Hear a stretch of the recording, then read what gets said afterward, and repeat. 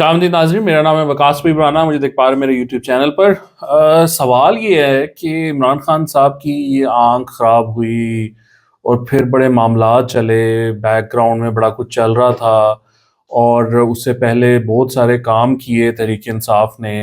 सुहेल अफरीदी साहब बैठे मीटिंग में जहाँ पर कि मोहसिन नकवी भी थे, DGISI भी थे, कोर कमांडर भी थे। दो मीटिंग्स ऐसी हुई, प्राइम मिनिस्टर से जाके मिल लिए। वहाँ पर ऑपरेशन के मामला चल रहे थे, पहले CTD के लिए बजट दिया, फिर जो तीरा वैली के मुतासरीन थे उनके लिए 4 अरब का बजट दिया। सारे मतलब he was working along the establishment and the government. वो सारा कुछ हुआ। फिर जो प्रोटेस्ट थे वो भी माइल्ड माइल्ड से हुए, कोई बड़े प्रोटेस्ट नहीं हुए। और फिर ये आंख का मामला लेकर आया गया। उसमें दरअसल जो बैकग्राउंड में चीज़ें चल रही थी और जो डील आप एक कह लें, एक मामला चल रहा था, वो बुशरा बीबी के थ्रू बातचीत हो रही थी। मसला कहाँ पर आया? वो कामयाब क्यों नहीं हुई? जरदारी साहब ने बयान दे दिया कि मर्दों की तरह जेल काटो, गैरत से जेल काटी जाती है। वो सारे मामलात, अलीमा खान इसके खिलाफ थी, उनको समझ नहीं आ रही थी ये क्या हो रहा है, क्योंकि उनको पता नहीं था कि ये क्या चल रहा है। तो उनको बहुत सारे शकूक व शुबहात थे, उन्होंने अपना किरदार अदा किया इसको सबोताश करने के लिए कि इस तरह का कोई मामला ना हो। लेकिन सवाल ये है कि फिर ये आगे क्यों नहीं बढ़ा मामला? अगर कोई बातचीत चल रही थी तो वो बातचीत आगे क्यों नहीं बढ़ी? तो वो आज आपको बताते हैं कि वो बातचीत आगे क्यों नहीं बढ़ी।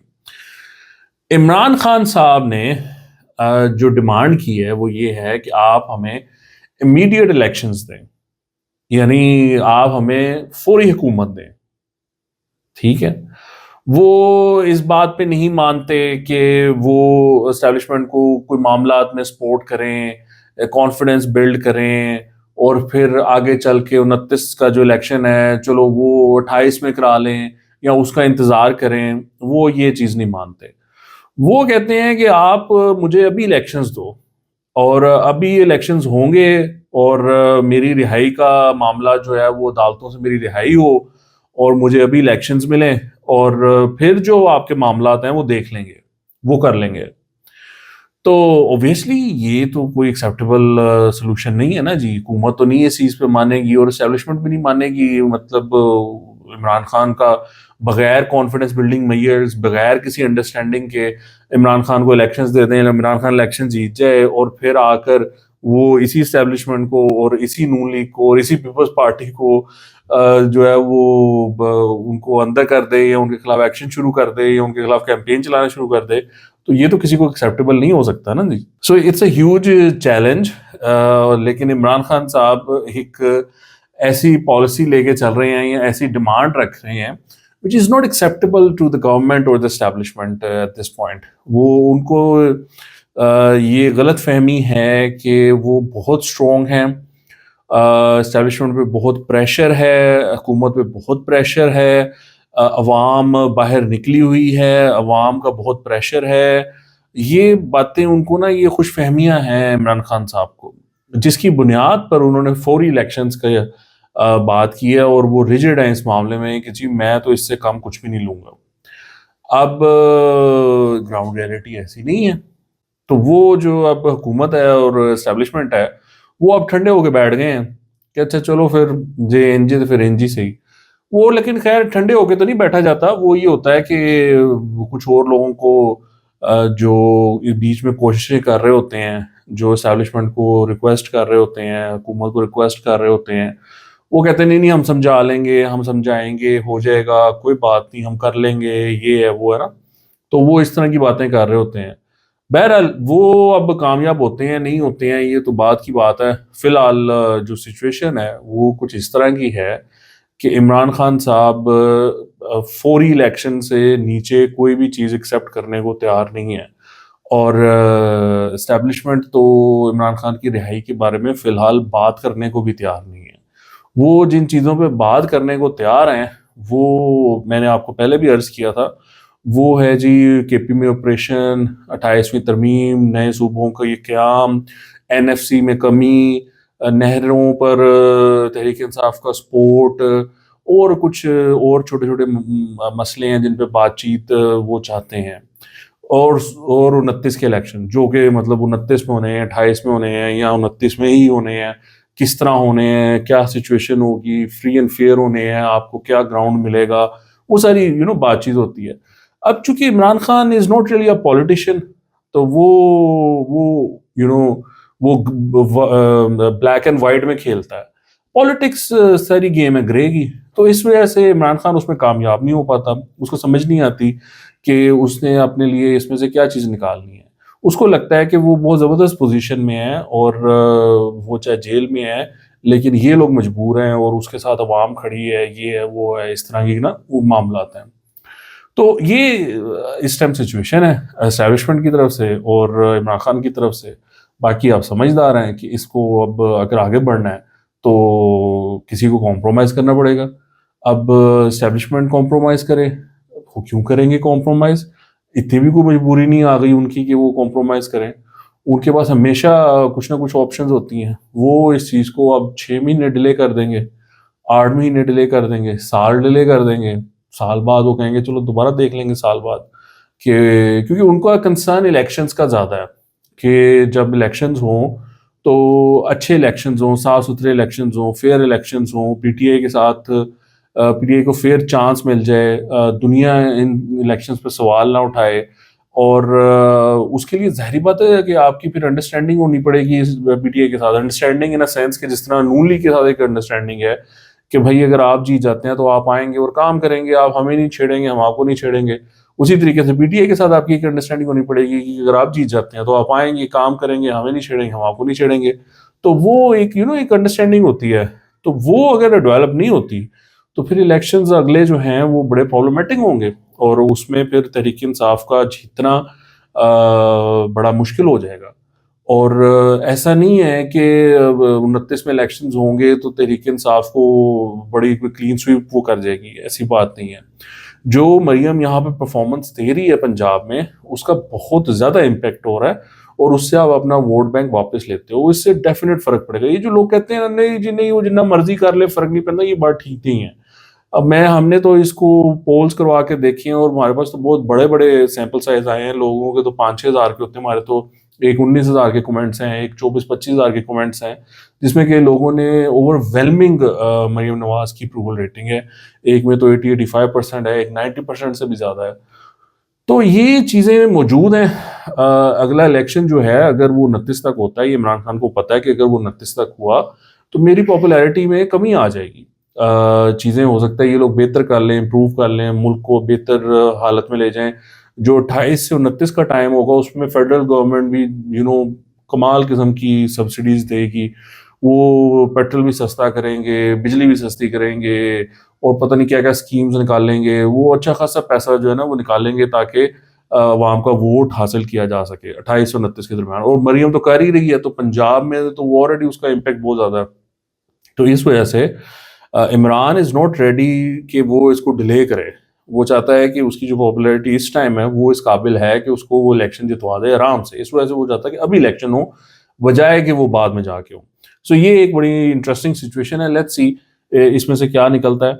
और ये साहबज़ादा हामिद रज़ा साहब ने एक ट्वीट आया उनके अकाउंट से, वो ऑब्वियसली आपको पता है जेल में है, तो वो उनकी जो इनकार्सरेशन है, उनकी जो जेल में जाना है, उसके हवाले से ही मुझे लगता है किसी फैमिली मेंबर ने या उनकी टीम में से किसी ने ये ट्वीट किया। उन्होंने लिखा है कि साहिबजादा हामिद रज़ा का जेल में कल मुलाकात का दिन है और साहिबजादा हामिद रज़ा के इत्तेहादियों में कोई रहनुमा इनसे मुलाकात के लिए पहुंचा? Question mark. साहिबजादा हामिद रज़ा को जेल में 111 दिन से ज़्यादा हो चुके हैं। क्या किसी का मुलाकात का फ़ोटो आपके पास हो तो ज़रूर शेयर कीजिएगा। वो बेसिकली कह रहे हैं कि ये किस तरह का गवर्नमेंट है, इत्तेहादी हैं कि वो उसको आज तक मिलने नहीं गए। तो इस पर वो सेनेटर सहर कामरान है, उन्होंने कहा this exemplifies PTI self centered one person cult, zero respect for allies other leaders workers or their families. Sahibzada Hamid Raza sacrificed everything for PTI, yet the cult party obsesses only over Imran Khan. So sad and unfortunate. ये बिल्कुल सही कह रही हैं, ये situation ऐसी ही होती है। मिस्टर अकील मलिक ने लिखा, उन्होंने कहा पीटीआई अमला ने एक ही शख्सियत के गिर्द महदूद दिखाई देती है। इनके वो इत्तेहादी जिन्होंने अपनी पूरी जमात इनके हवाले कर दी, कई माह से जेल में हैं, मगर क़यादत की जानिब से इनके हक में कोई मौसर आवाज़ बुलंद नहीं की गई। ये तर्ज अमल वाज़िया करता है कि जमात की तवज्जो सिर्फ एक फ़र्द तक महदूद है। So I mean it's very obvious कि इसी तरह का मामला है, जो कारकुनान भी बेचारे, उन पे वो केसेस हो जाते हैं। ये भी लाहौर में जिन्होंने टायर चलाए हैं कैनाल रोड पर, अब उनमें से कुछ लोग पकड़े गए हैं, उन पे जो पर्चे बनेंगे या उनके जो मामला तो होंगे, उनको किसी ने आना है पीटीए के वकील ने बचाने, या पीटीए के किसी ओहदेदार ने बचाने?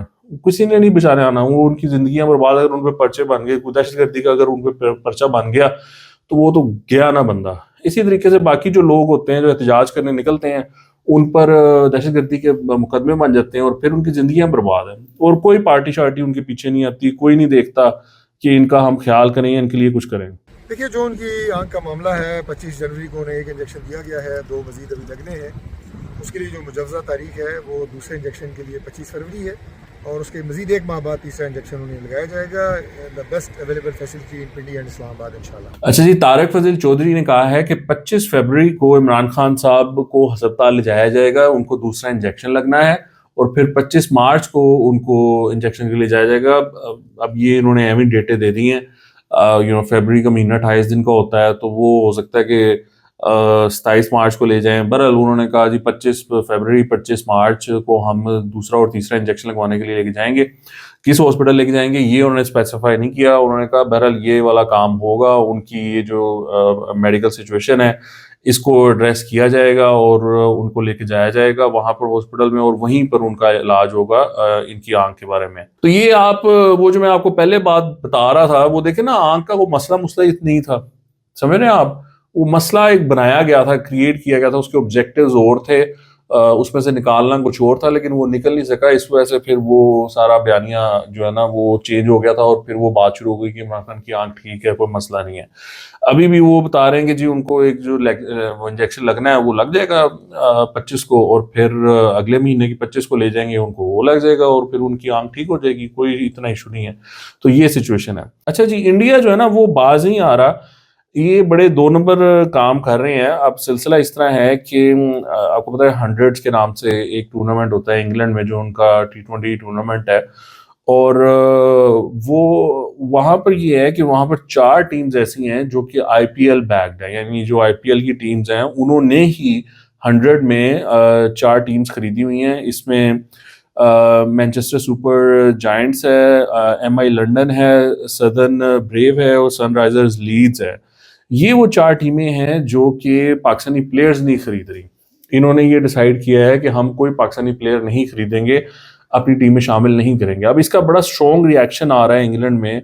इंग्लैंड के जो ईसीबी के चीफ एग्जीक्यूटिव हैं रिचर्ड गोल्ड, उन्होंने भी ये कहा है कि players from all nations to be selected for all teams. उन्होंने ये कहा है कि अगर ऐसा ना हुआ तो ये एक क्लियर एंटी डिस्क्रिमिनेशन पॉलिसीज हमारी इन प्लेस हैं। तो अगर इस तरह ना हुआ तो ये एक डिस्क्रिमिनेटरी पॉलिसी होगी कि आप कह रहे हैं कि हम पाकिस्तान के प्लेयर्स नहीं लेंगे। आपने ये पॉलिटिक्स करनी है तो ये आईपीएल में आप करो, लेकिन इंग्लैंड में ये पॉलिटिक्स ना करो। सो ये इसका बहुत स्ट्रॉन्ग जो है वो रिस्पॉन्स आ रहा है। तकरीबन 1000 के करीब क्रिकेटर्स ने 18 मुल्कों से रजिस्टर किया अपने आप को। पिछले साल जो है वो 2 पाकिस्तानी प्लेयर्स शामिल हुए थे, मोहम्मद आमिर और इमाद वसीम। लेकिन उसके बाद जो नए इन्वेस्टर्स हैं उन्होंने कंट्रोल ले लिया था। आप समझ रहे हैं, ये अब इंडियन मनी आ गया हुआ है इंग्लैंड में भी ना, और ये साउथ अफ्रीका में भी है, ये दुबई में भी है, और ये शायद अब आगे चलकर ऑस्ट्रेलिया की बिग बैश में भी इंडियन मनी आने जा रहा है। तो वो जैसे जैसे उनका इन्फ्लुएंस बढ़ता जाएगा दुनिया में, वो वैसे वैसे पाकिस्तानी प्लेयर्स को वहां पर नहीं लेंगे।